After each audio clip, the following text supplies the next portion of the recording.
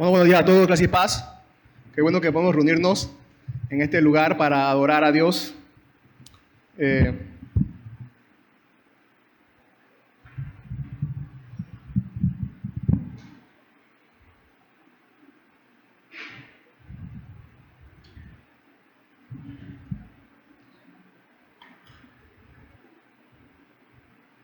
No hay mejor experiencia que reunirse el día del Señor en el lugar que hemos dedicado para la adoración al Señor, el pueblo del Señor.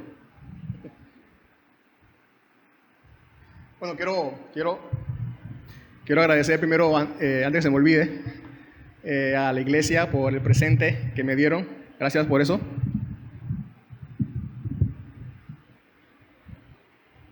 Como siempre digo, ayúdenme, sobre todo orando por mí, por mi familia, por amar a mi esposa y a mis hijos. Eso es lo mejor que pueden hacer por mí. Vamos a Éxodo, entonces. Capítulo 11. Capítulo 11. ¿Saben?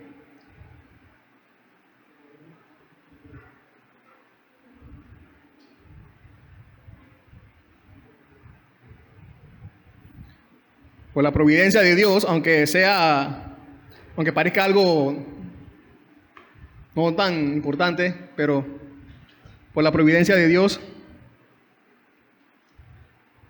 el próximo domingo nos toca celebrar Santa Cena, primer domingo de octubre, nos toca celebrar Santa Cena.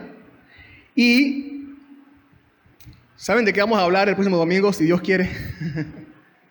El capítulo 12 de Éxodo.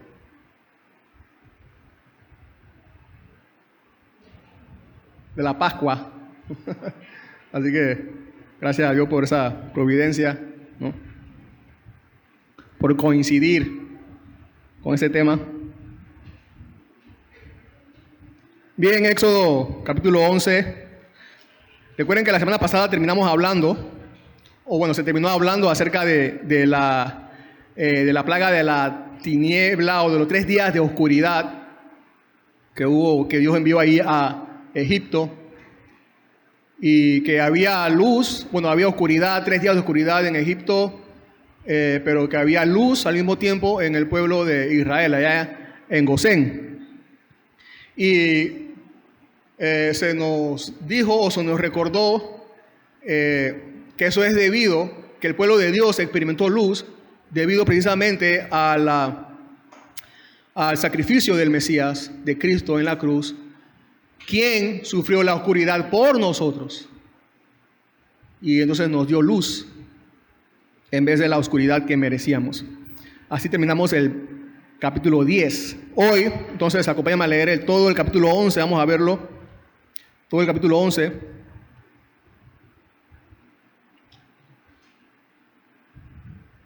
Dice: el Señor dijo a Moisés: una plaga más traeré sobre Faraón y sobre Egipto, después de la cual los dejará ir de aquí. Cuando los deje ir, ciertamente los echará de aquí completamente. Dile ahora al pueblo que cada hombre pida a su vecino y cada mujer a su vecina objetos de plata y objetos de oro. El Señor hizo que el pueblo se ganara el favor de los egipcios. Además, el mismo Moisés era muy estimado en la tierra de Egipto, tanto a los ojos de los siervos de Faraón como a los ojos del pueblo. Y Moisés dijo: así dice el Señor, como a medianoche yo pasaré por toda la tierra de Egipto, y morirá todo primogénito en la tierra de Egipto, desde el primogénito de Faraón que se sienta en su trono hasta el primogénito de la sierva que está detrás del molino, también todo primogénito del ganado. Y habrá gran clamor en toda la tierra de Egipto, como nunca antes lo ha habido y como nunca más lo habrá. Pero a ninguno de los israelitas, ni siquiera a un perro le ladrará, ni a un hombre, ni a un animal, para que ustedes entiendan cómo el Señor hace distinción entre Egipto e Israel. Todos estos siervos descenderán a mí y se inclinarán ante mí, diciendo: sal tú y todo el pueblo que te sigue. Y después de esto yo saldré. Y Moisés salió ardiendo de ira en la presencia de Faraón. Entonces el Señor dijo a Moisés: Faraón no los escuchará para que mis maravillas se multipliquen en la tierra de Egipto.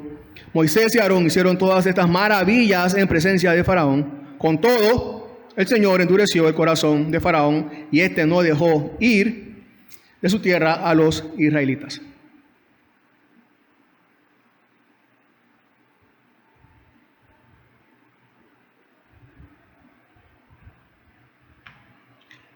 La enseñanza de hoy tiene como título: una señal más para ser libres.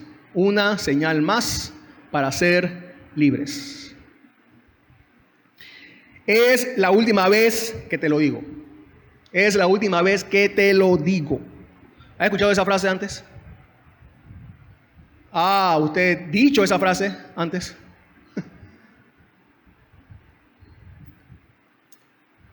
Casi siempre, para muchos, cuando dicen es la última vez que te lo digo, realmente no es la última vez que lo van a decir. Pero cuando Dios dice es la última vez que te lo digo, es porque sí es la última vez que lo va a decir.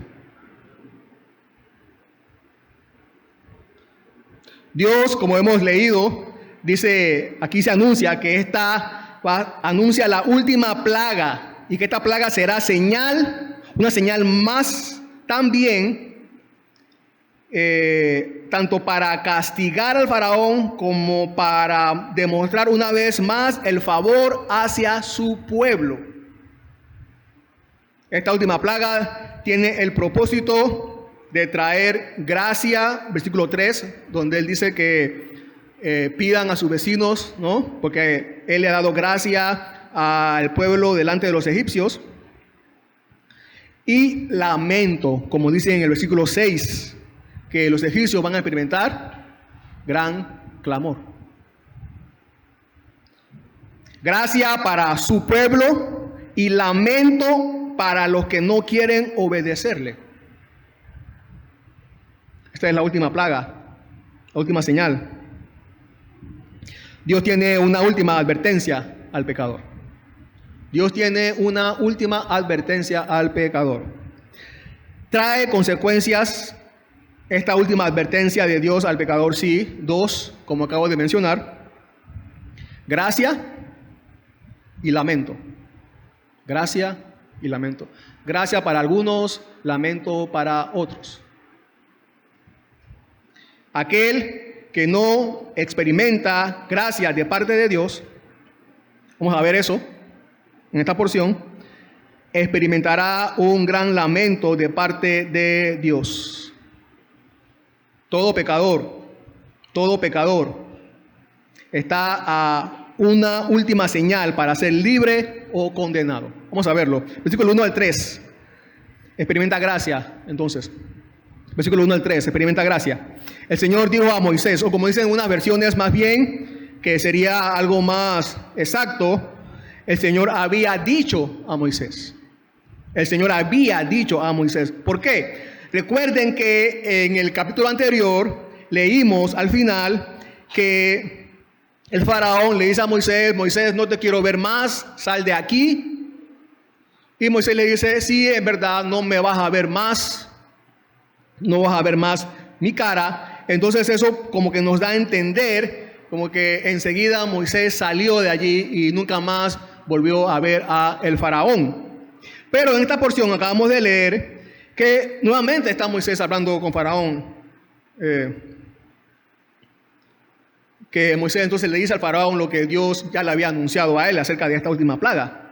Entonces vemos eso en esta porción. ¿Por qué? Bueno, es que Moisés aún no termina de hablar con el faraón. Moisés no termina de hablar con el faraón aún. Aún todavía Moisés no sale del palacio. En esta porción del capítulo 11. Aún sigue allí, en el palacio, delante de faraón. Por eso también es que algunas traducciones de otras Biblias tienen estos 3 primeros versículos en paréntesis. Como que Moisés está recordando algo ahí delante de faraón, aún todavía estando allí. como que Moisés está recordando algo de Faraón, algo que Dios, anteriormente le había dicho a él. Así que en los versículos 1 al 3, es lo que está sucediendo. Dios le está recordando al Faraón, o Moisés está recordando, no, más bien Dios le está recordando a Moisés, lo que él le había dicho antes, estando Moisés aún delante del Faraón. Entonces, del versículo 4, Moisés continúa hablando con el Faraón. Entonces, Moisés se está recordando, o Dios le está recordando a Moisés, dice, una plaga más traeré sobre Faraón y sobre Egipto, después de la cual los dejará ir aquí. Cuando los deje ir, ciertamente los echará de aquí completamente. Una plaga más. Una plaga más. Como ya sabemos, lo que Dios enviará a Faraón es esta última plaga de la muerte de los primogénitos de todos los egipcios.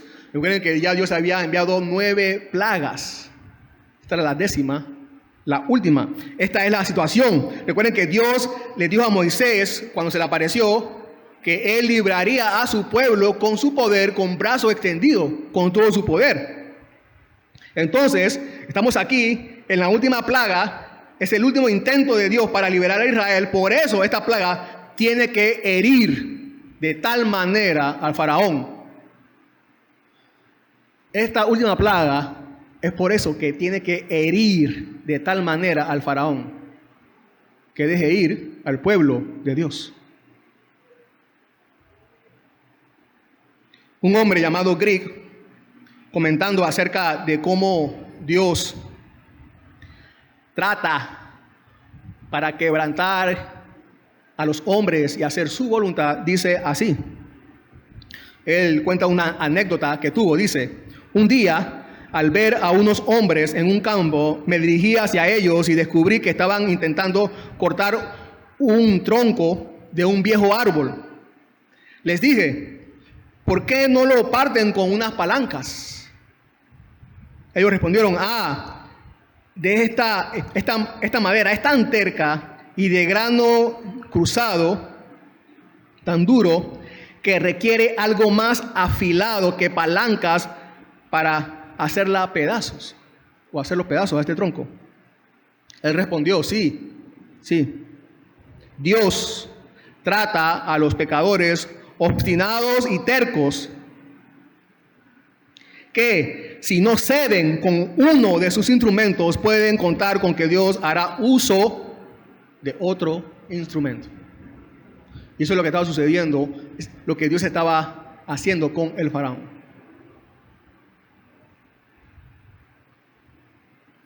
Ya sabemos la respuesta a la pregunta entonces, ¿por qué Dios no usó esta plaga de primero? Si esta es la que va a dejar libre a Egipto, a Israel de Egipto, ¿por qué Dios no usó esta plaga de primero? Una sola vez. Y listo, está. Recordemos que el propósito de Dios, como ya hemos leído muchas veces, no era simplemente sacar a Israel de Egipto de la manera más fácil y más rápida posible. Ese no era el propósito de Dios, sino sacar al pueblo de Israel, a su pueblo, de la manera que más glorificaba su justicia, su santidad y su poder. Y que la liberación pudiera hacerse para los israelitas muy memorable. Eso era lo que estaba buscando Dios al enviar o al tomar todo ese tiempo con estas 9 plagas anteriores. Ya lo hemos mencionado muchas veces, ¿no? Mostrar su poder, su justicia, su santidad. Ya hemos leído las diferentes razones, como acabo de mencionar, que Dios da para haber tomado todo este tiempo, inclusive que los israelitas contaran a sus hijos cuán grande es Dios. Pero en esta última plaga también nos muestra que Dios ha sido paciente y es paciente para con el pecador, para con el desobediente a su voluntad. Esta última plaga también nos enseña eso, que Dios ha sido paciente y es paciente para con todo pecador. Pero que la paciencia de Dios también tiene un término.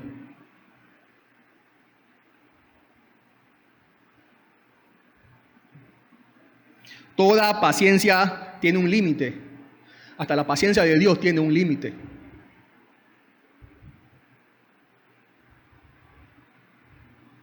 El que Dios tarde en airarse, como la Biblia nos muestra, y es verdad, aunque Dios tarde en airarse, no quiere decir que Dios no castigará con su ira. ¿Piensas que Dios no presta atención a las provocaciones y desobediencias de los hombres a su voluntad?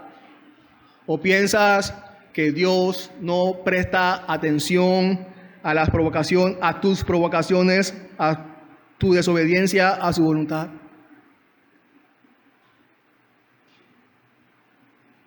Lo que Dios hace es lo que Dios está haciendo es soportándote durante mucho tiempo. Tu desobediencia hacia sus mandamientos. Pero tienes que recordar, todos tenemos que recordar, que el tiempo de la tolerancia de Dios tiene un final.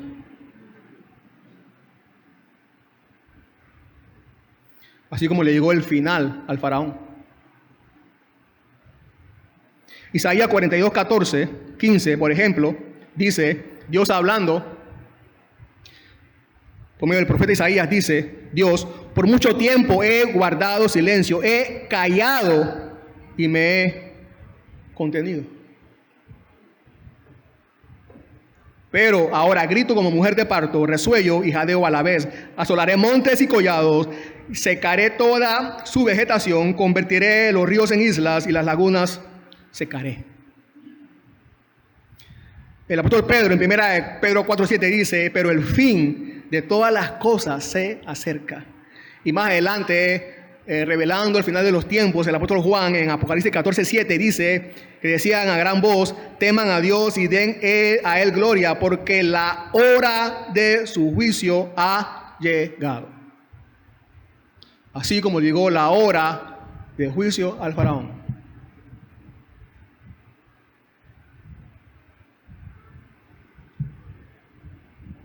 Me gusta también como alguien comenta acerca de la paciencia, recordando el límite, el término de la paciencia de Dios. Dice así, el fuego que calienta, si se abusa, reducirá el palacio en cenizas. El río que alegra el paisaje puede devastar el paisaje. La locomotora que lleva al niño que ríe a su ansiado hogar, si se maneja mal, ocasionará terribles estragos. El rayo que puede ser capturado y utilizado puede quemar el bosque y dejar ciegos a los ejércitos.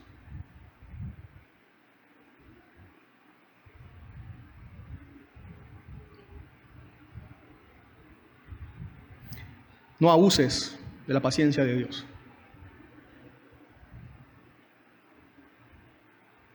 Qué terror. Qué terror da cuando vemos a alguien que es desobediente a la voluntad de Dios y éste vive feliz. ¿Saben por qué da terror?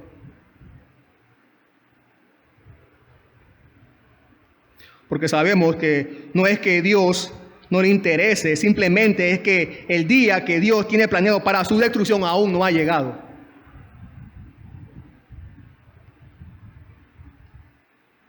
Saben, ustedes recordarán que, bueno, como sabemos, Dios envió 10 plagas a Egipto. Dios pudo haber enviado más, pero ¿por qué envió 10 plagas? Como sabemos, Dios envió estas plagas de acuerdo al contexto de Egipto y sus dioses. Cada plaga tenía la intención de avergonzar al faraón y a todos los dioses que tenían. Si Egipto hubiera tenido más dioses, más plagas envía a Dios. Para avergonzarlo, para destruirlo y para mostrarle que Él es el Señor y que no hay otro como Él. Esta es la pregunta, entonces. Esta es la pregunta. ¿Qué Dios tienes que no es el verdadero Dios? ¿Qué Dios tienes tú que no es el verdadero Dios.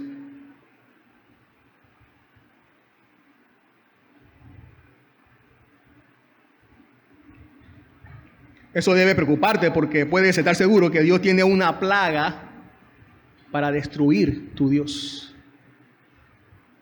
No importa cuál sea tu Dios. Dinero, diversión, familia, estudios,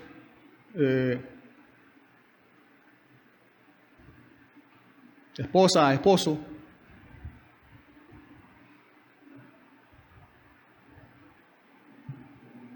¿Estás esperando que Dios envíe la última plaga que corresponde a tu Dios para avergonzarte para siempre, así como hizo con Faraón?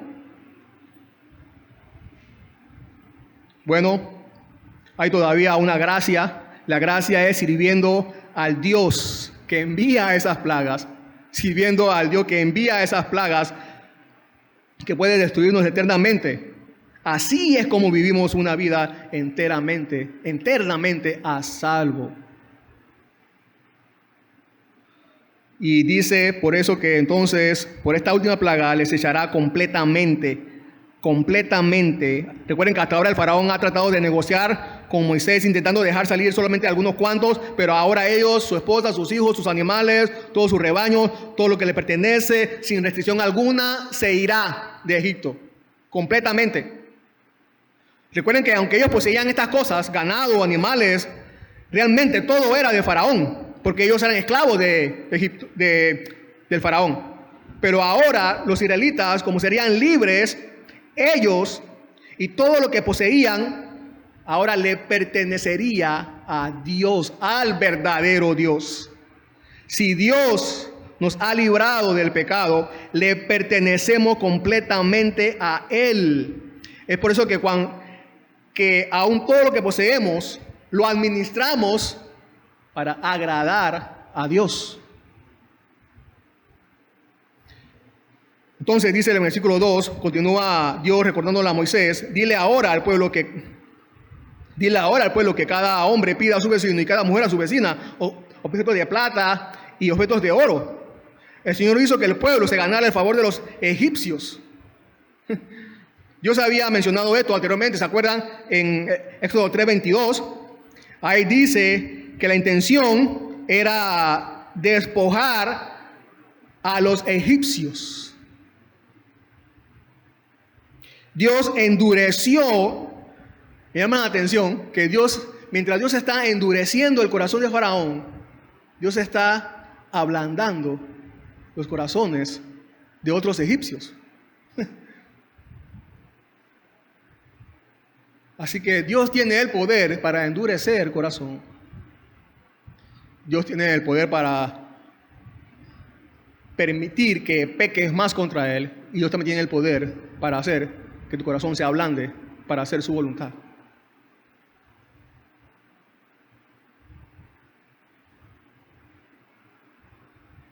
Si Dios no le hubiera dado esta instrucción al pueblo de Israel, muy probablemente los israelitas no le hubieran pedido a sus vecinos estos objetos valiosos y muy probablemente hubieran salido sin nada en sus manos para el viaje por el desierto. Algunos comentaristas dicen que en lo primero que estos israelitas usaron todos estos objetos valiosos, vestidos valiosos y todas estas cosas, vasos, utensilios y todo esto, accesorios, sé que lo primero en que ellos usaron esto fue cuando celebraron la Pascua, esta cena de liberación. Y no parece tan descabellado, ¿no? Porque si ellos saldrían libres y como decimos nosotros, había que celebrarlo por todo lo alto. Era el mejor momento para tener los mejores vestidos. La libertad. Otra cosa que me llama la atención es que Dios hizo que ellos se ganaran el favor de los egipcios. Pero, a pesar de que Dios hizo que ellos se ganaran el favor de los egipcios, ellos tenían que ir al vecino, a la vecina, y pedir. Y me acordé precisamente cuando o al recordar, perdón, que Dios a ellos les había dado la tierra de Canaán, ¿se acuerdan? En promesa. Ya ustedes la tienen, pero ellos tenían que pelear, que caminar, que viajar, que luchar, que conquistar esa tierra. En este caso específico, el favor de Dios estaba allí para con ellos, solo tenían que pedirlo. Jesús, en Mateo 7:7, recordarán que dice, pidan y se les dará, busquen y hallarán, llamen y se les abrirá. Se nos promete que se nos dará, pero tenemos que ir y pedir. Se nos promete que hallaremos, pero tenemos que ir y buscar. Se nos promete que se nos abrirá, pero tenemos que ir y tocar. ¿A qué se refiere esto? ¿A qué se refiere Jesús? Bueno, a que la salvación nada nos costó. Nuestra salvación está asegurada, pero llegar hasta la plena salvación sí nos costará. Pero tenemos todas las provisiones para llegar. Cualquier servicio que Dios requiera de su pueblo verá que sus necesidades sean en su providencia abundantemente suplidas. Recuerden que el propósito era despojar a los egipcios, Dios hacer justicia. Dios no nos saca de la esclavitud sin nada. Nos provee de lo que es más importante. Dios nos provee, Dios nos liberta de la esclavitud y nos provee de lo más importante que necesitamos entonces para vivir nuestra nueva vida. Así como para ellos era importante estos objetos valiosos y el oro, provisiones que eran temporales para una tierra temporal, provisiones que eran temporales para llegar a una tierra temporal, así nosotros tendremos o tenemos provisiones espirituales, porque nuestra tierra así es eterna.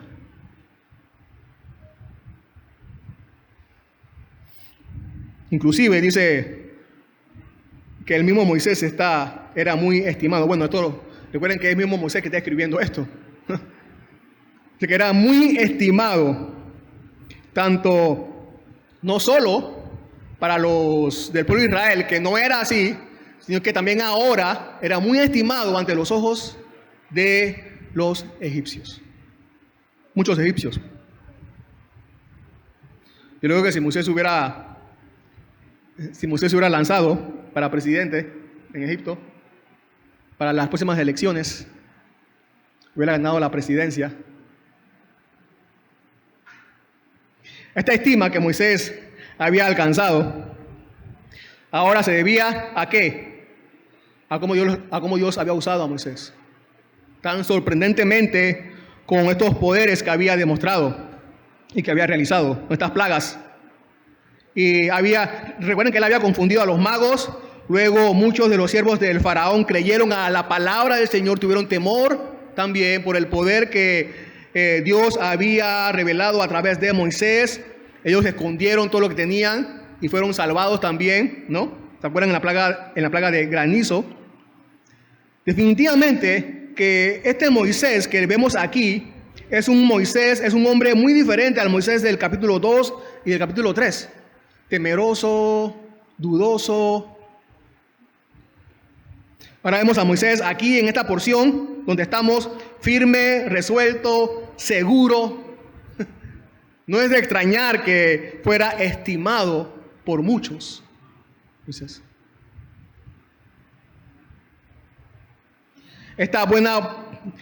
Tenemos que recordar que esta buena popularidad de Moisés no la obtuvo porque él la buscara o esperara. No. Moisés no fue y le preguntó y se ofreció voluntariamente a Dios para ir a Israel, para ser muy popular en Egipto. No. Si hay algo de que estamos todos seguros, es que Moisés no quería popularidad. Recuerden que Moisés ni siquiera quería ir cuando Dios le dijo que fuera. Según Moisés y según lo que leímos nosotros, Moisés estaba muy bien allá en Madián.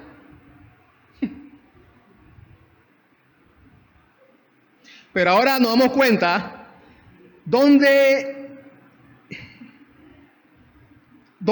hacer la voluntad de Dios, o cómo por hacer la voluntad de Dios, a dónde Moisés había llegado. A dónde Moisés había llegado por hacer la voluntad de Dios. Y eso nos recuerda a Jesús también, que no vino haciendo su propia voluntad, sino la voluntad del que lo envió. En Juan 7:18 dice Jesús mismo, el que habla de sí mismo busca su propia gloria, pero aquel que busca la gloria del que lo envió, como Moisés y como Jesús mismo estaba haciendo, Él es verdadero y no hay injusticias en Él. La voluntad de Moisés era hacer la voluntad de Dios, la voluntad de Jesús era hacer la voluntad de su Padre. Eso le dio a su ministerio veracidad, reconocimiento divino y delante de la gente. La gracia, esto nos debe recordar que la gracia hace con nosotros lo que no esperábamos. La gracia hace con nosotros lo que nadie se imaginaría. Lo que nadie se imagina. Eso hace la gracia con nosotros. ¿Dónde estaría Moisés si no estuviera en Egipto? ¿Dónde? Ustedes saben, siendo pastor allá en Madián, un don nadie allá, pero ahora por la gracia de Dios es un instrumento de Dios sirviendo a Dios. Por la gracia de Dios. Seguro que mucha gente se asombra de nuestra vida ahora, cómo estamos ahora, cómo éramos antes. Y mucha gente, muchos familiares de ustedes no se pueden imaginar, no se imaginaban lo que ahora son ustedes. Nosotros, por la gracia de Dios. Solamente lo hace la gracia de Dios. Solamente la gracia de Dios, el poder de Dios, hace la diferencia en una persona. Más nada. Nada más. No es nada de lo que tú puedas obtener por tus fuerzas. Eso no hace la verdadera diferencia. La verdadera diferencia, lo que hace una persona es la gracia de Dios en ella.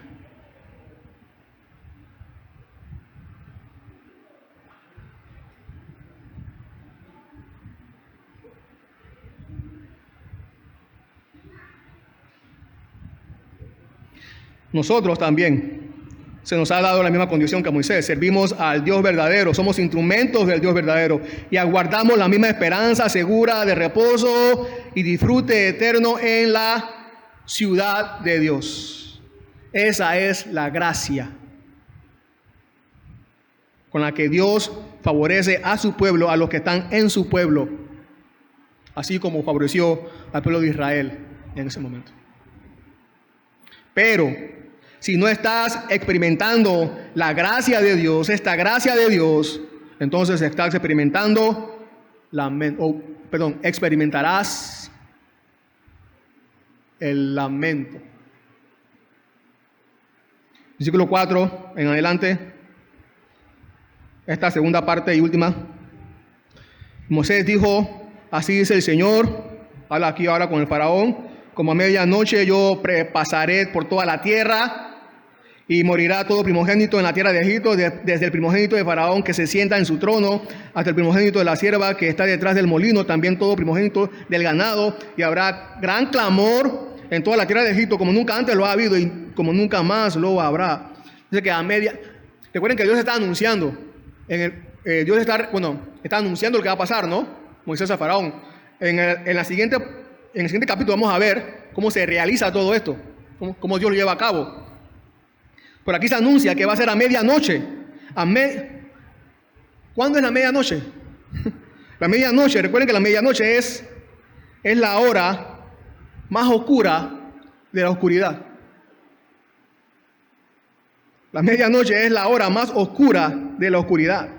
Y es ese momento cuando los primogénitos egipcios morirán. Morirán en la hora más oscura de la oscuridad. ¿Quién hará eso? ¿Quién hará eso? No, no es el diablo. No es el diablo que hará eso. Es Dios. Es Dios quien atacará en la hora más oscura de la oscuridad. Dios, si algo aprendimos en la porción pasada y ahora complementando, es que Dios gobierna en la luz como gobierna en la oscuridad.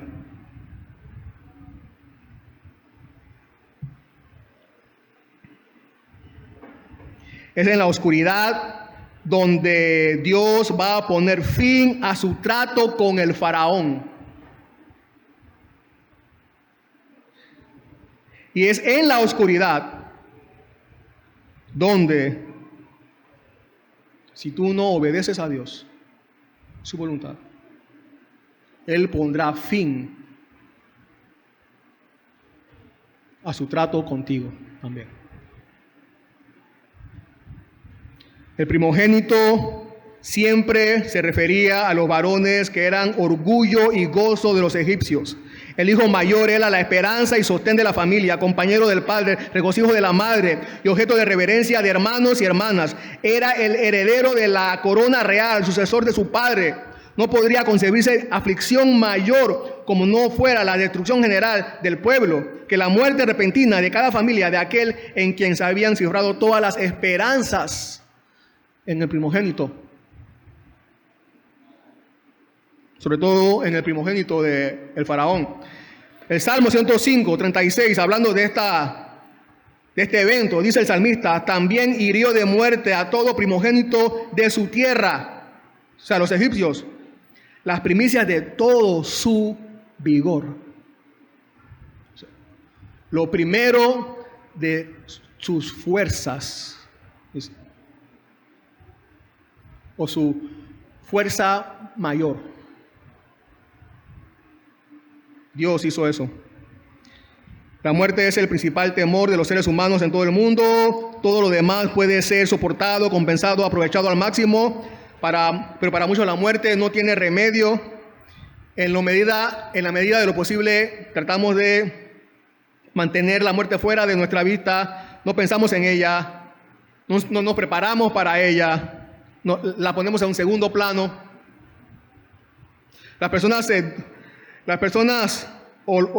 Si las personas viven como si tuvieran un dominio absoluto de la vida, cuando en realidad la vida que tenemos es solo prestada. Muchas personas se duelen cuando un joven se muere,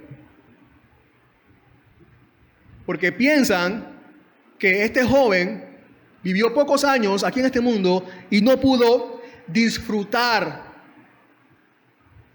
de la vida.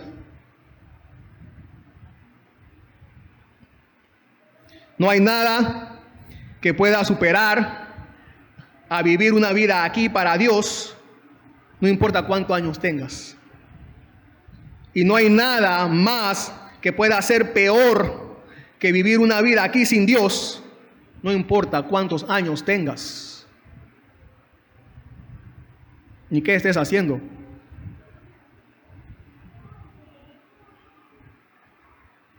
En Éxodo 4, 22 y 23, Dios ya le había anunciado esto a Moisés. Entonces dirás a Faraón: así dice el Señor, Israel es mi hijo, mi primogénito.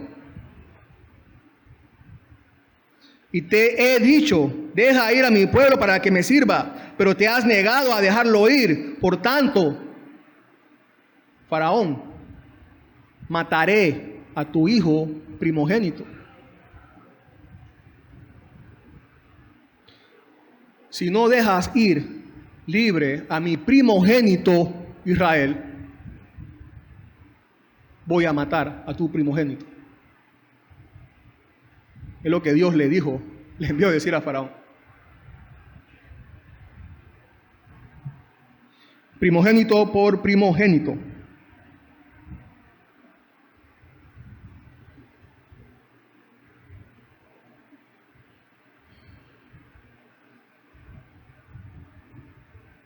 Así ama a Dios a su pueblo. Así ama a Dios a su pueblo. De esa manera es que ama a Dios a su iglesia, a su pueblo.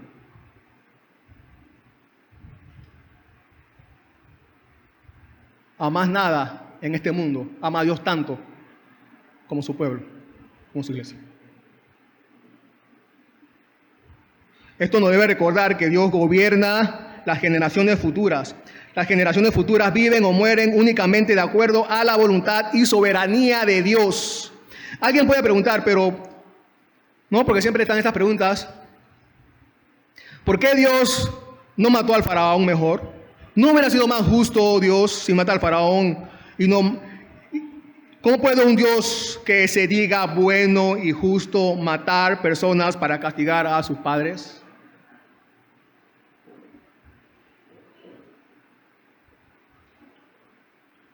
Se nos olvida, y es una gran verdad delante de Dios, y se nos olvida que nuestra desobediencia a Dios tiene consecuencias que van más allá de nosotros.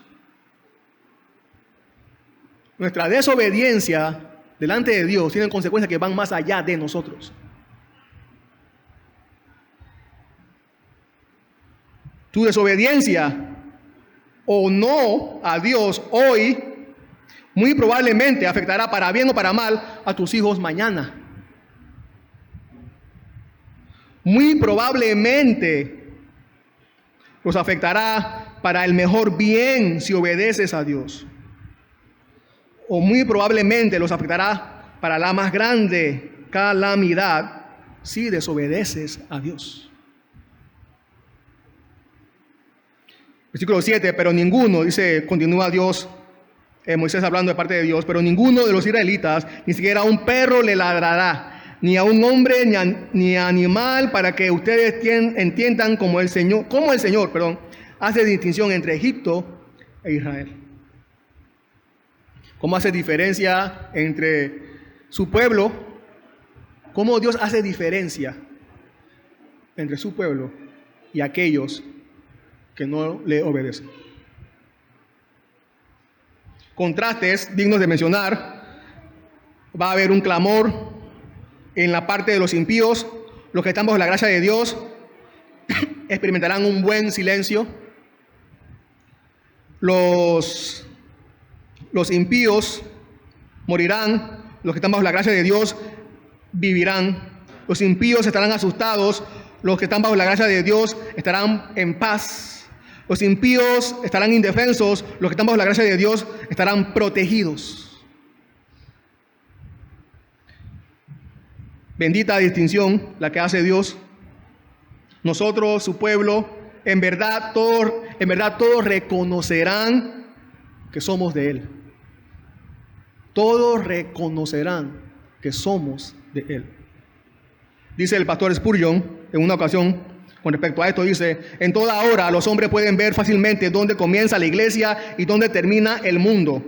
Cuanto más se distingue la iglesia del mundo en sus actos y en sus principios, más verdadero es su testimonio en Cristo. En Cristo. Y es por eso que recordamos que la razón por la cual Dios hizo esa distinción entre el pueblo de Israel y los egipcios no era que el pueblo de Israel estaba formado por personas sin pecado, ni tampoco nosotros, sino que es por medio de Cristo. En Efesios 1:9, el apóstol Pablo dice, hablando de nuestra elección como parte de su pueblo, dice, nos dio a conocer el misterio de su voluntad, según la buena intención que se propuso en Cristo. Nuestra redención se debe únicamente a la promesa hecha por Dios desde el principio allá en el Edén, para salvar a todo aquel que está en su amado Hijo, en Cristo. Todo es por Él y para Él, Cristo.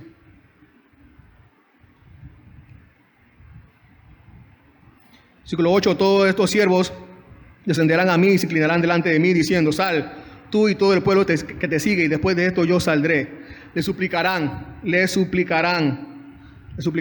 así como ellos le suplicaban al faraón en un momento, ahora ellos le suplicarán al verdadero Dios.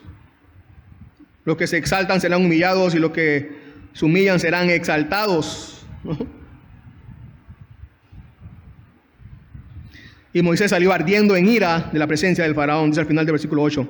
Me llama la atención que en la última plaga es donde Moisés mismo relata que él se enfureció. Se enfureció. Yo me imagino que Moisés estaba todo este tiempo reprimido, ¿no?, contra el faraón, guardando su ira. Pero ahora él mismo resalta que se enfureció. Ya él sabe que él puede hacer esto delante del faraón. Ya no hay vuelta atrás. Todo va a terminar pronto. Y él estaba afligido precisamente por la perversidad del alma malvada del faraón. También porque Dios fue despreciado y sus mandamientos no fueron tenidos en cuenta. Por eso Moisés estaba airado. También porque sus compatriotas fueron agraviados o engañados por las falsas promesas del faraón hacia ellos de libertad.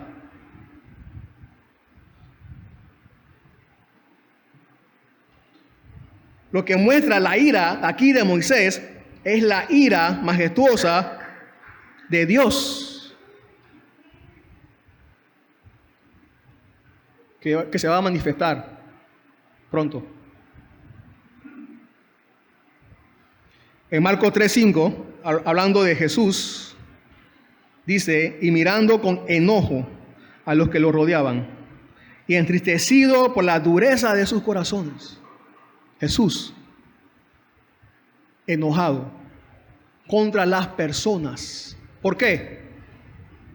¿Por qué?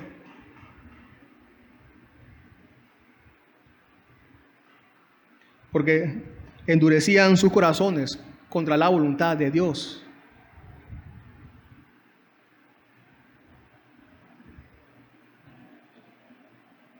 ¿Sabían que ese era el enojo? ¿Sabían que cada vez que la Biblia dice que Jesús se enojó se refiere a eso? ¿Se ha puesto a pensar por qué nosotros nos enojamos? ¿Por qué usted se enoja? ¿Por qué usted se enoja? ¿Por qué nos enojamos nosotros en nuestras circunstancias diarias? ¿Por qué? Normalmente nos enojamos cuando algo nos sale mal o como no queremos, o cuando alguien nos hace daño. ¿No es así? Jesús no se enojó nunca por eso. ¿Por qué Jesús se enojaba?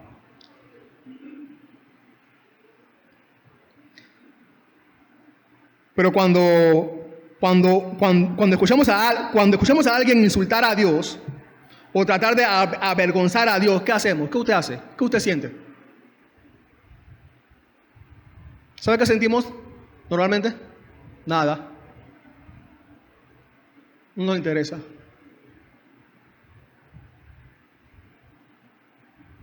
No nos interesa.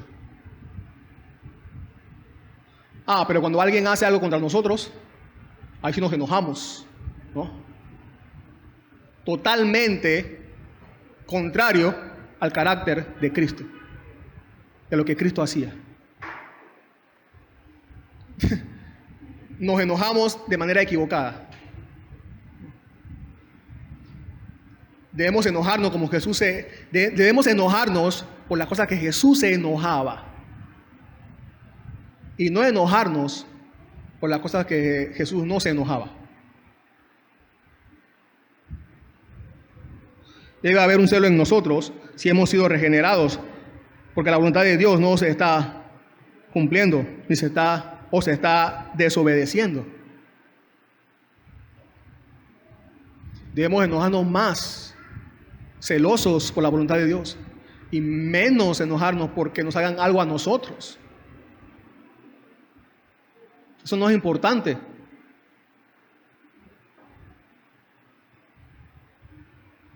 Versículos 9 y 10 para terminar. Entonces el Señor dijo a Moisés: Faraón no les escuchará para que mis maravillas se multipliquen en la tierra de Egipto. Moisés y Aarón hicieron estas maravillas en presencia de Faraón. Con todo el Señor endureció el corazón del Faraón. Mis maravillas. También se puede traducir esta palabra como señales, ¿no? Como ya había dicho al principio en el título, señales. Se puede decir que eran señales maravillosas. Señales porque, como ya hemos visto, apuntaban a que Dios, estas plagas, cuando dice mis maravillas, se refiere a las plagas, ¿no? Que apuntaban a cuán poderoso es Dios. Normalmente para nosotros algo maravilloso o una maravilla es algo bueno, ¿no? Algo que cuando sucede deja resultados maravillosos. Para nosotros un terremoto, por ejemplo, no es algo maravilloso, ¿no? No le damos esa palabra. Pero en verdad un terremoto, aunque destruya, es algo maravilloso, es una maravilla, porque es sorprendente lo que hace. Y a eso se refiere Dios cuando dice mis maravillas. Claro, no eran maravillas para el pueblo de Egipto, no podía verlo como maravillas, pero sí el pueblo de Israel lo podía ver como maravillas para ellos, porque la liberación para ellos fue de una manera maravillosa, como lo fue también para nosotros. Hay dos resultados dicho sea de paso, para comentar como detalles. Hay dos resultados que da un comentarista con respecto a cómo favorecieron estas maravillas al pueblo de Israel futuro. Dice que número uno, que impresionó de tal manera a los egipcios que casi 3 siglos sucedieron antes que los egipcios volvieran a atacar al pueblo de Israel. Y número 2, también impresionó a las naciones vecinas hasta cierto punto y les impidió oponerse a los israelitas por miedo al Dios de ellos. O con menos éxito contra ellos también. ¿Saben que hay un fin último para la oposición del ser humano a los planes de Dios? Hay un fin último para la oposición del ser humano a los planes de Dios. Hay un propósito glorioso del por qué los seres humanos se oponen a la voluntad de Dios. ¿Saben cuál es? Que Dios será alabado. Ese es el fin último. Que Dios será alabado, exaltado y glorificado por siempre y eternamente. Con todo el Señor endureció el corazón de Faraón y este no dejó salir de su tierra a los israelitas. Hermanos, hermanas, qué condición más terrible esta del Faraón. Qué condición más terrible esta del Faraón. Que Dios no te permita escuchar su mensaje. Esa es la peor de todas las condiciones. Que Dios mismo no te permita escuchar su mensaje para obedecerlo y salvarte. Esa es la condición del Faraón.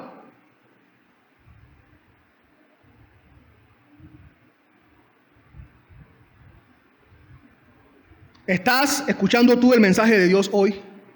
¿Estás escuchando el mensaje de Dios hoy? ¿O no te has dado cuenta que eres como el Faraón rechazando el mensaje de Dios? Porque Dios está obstaculizando que escuches su mensaje. Esa es una terrible condición.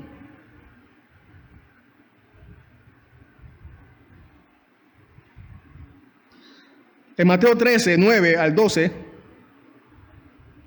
Jesús, bueno, saben los versículos del 1 al 8, ustedes saben que ahí Jesús cuenta la parábola del sembrador, ¿se acuerdan? Del versículo 9 en adelante, entonces, Jesús dice, después de haber contado la parábola del sembrador, Jesús dice, el que tiene oídos, que oiga. El que por gracia puede escuchar el mensaje de Dios, que escuche.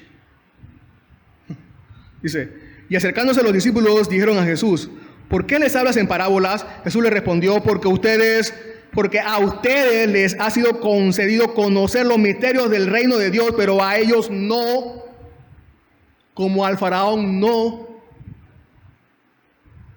Faraón no puede escuchar. Ellos no pueden escuchar. Ustedes sí pueden escuchar. Ellos no pueden escuchar para obedecer. Ustedes sí pueden escuchar para obedecer. Porque a cualquiera que tiene se le dará más y tendrá en abundancia. Pero a cualquiera que no tiene, aún lo que tiene se le quitará. Porque a cualquiera que tiene se le dará más. ¿Qué cosa tiene? Que se le dará más. ¿Qué cosa? ¿Qué dice el versículo 9? El que tiene oídos, se le dará más oído. Oído para obedecer. Esto es, un corazón blando para hacer la voluntad de Dios. El que tiene oído para obedecer, el que tiene un corazón blando para hacer la voluntad de Dios, se le dará más.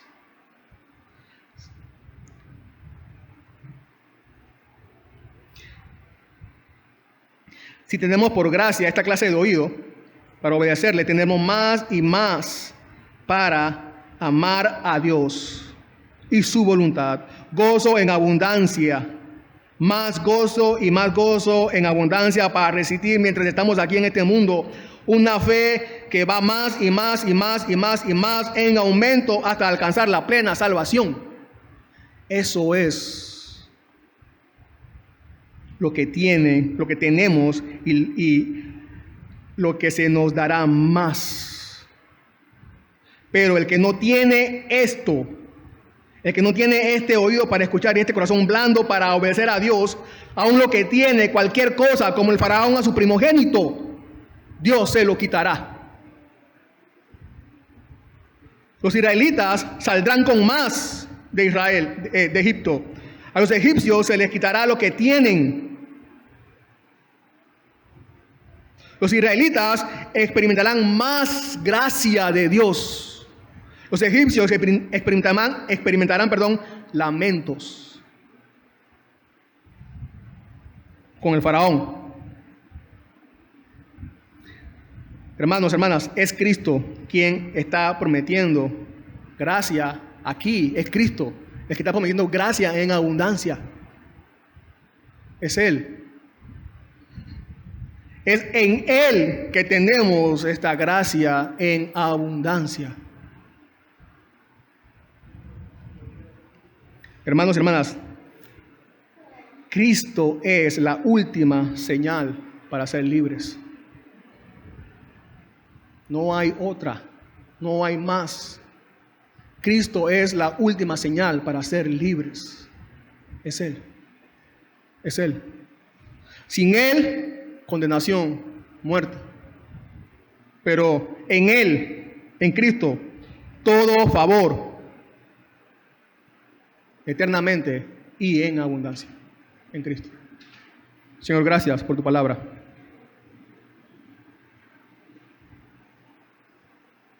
Señor, gracias por darnos esta gracia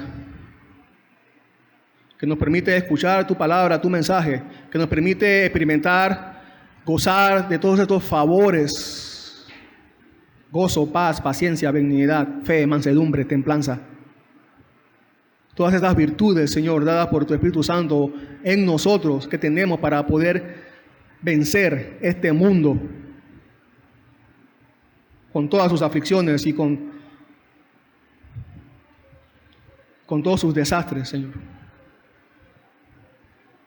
Gracias, Padre, porque en ti estamos seguros, en ti estamos a salvos.